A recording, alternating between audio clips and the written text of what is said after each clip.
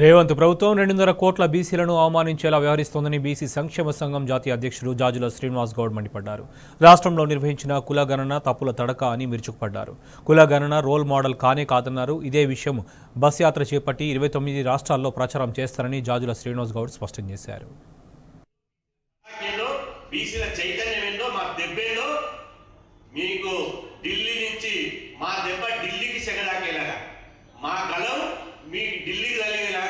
వినిపిస్తాం. మిమ్మల్ని కాంగ్రెస్ పార్టీని రేపు దేశంలో దోషిగా నిలబెడతాం. ఏమంటారు తెలుసా? ఇన్ని తప్పులు చేసి ఇంత అన్యాయం చేసి ఇప్పుడు జరుగుతున్న కులగణన దేశానికి రోడ్డు మోడలట.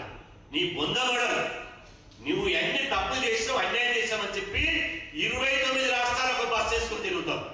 కాంగ్రెస్ పార్టీ తెలంగాణలో కులగణన కూడా చక్కగా చేయలే, బీసీలను అన్యాయం చేసింది. ఈ బీసీ కులగణన కాదు, ఇది 100% అగ్రకుల కులగణన. బీసీలను తక్కువ చేసి అగ్రకులాల జనాభాను పెంచి ఇవాళ వాళ్ళ ముఖ్యమంత్రి పీఠాన్ని కాపాడడం కోసమే చేసిన కులగణన తప్ప ఇది 100% బీసీల కోసం చేసిన సర్వే గారు. ఇది ఫేక్ సర్వే. దీన్ని తిరస్కరిస్తున్నామని చెప్పి భారతదేశమంతా చెప్తాం, మా గళాన్ని వినిపిస్తాం. ఖచ్చితంగా మీ బీసీ వ్యతిరేక చర్యను ఎండగడతాం, మా పోరాటాన్ని తీవ్ర రూపం చేస్తామని చెప్పి ఈ సందర్భంగా తెలియజేస్తూ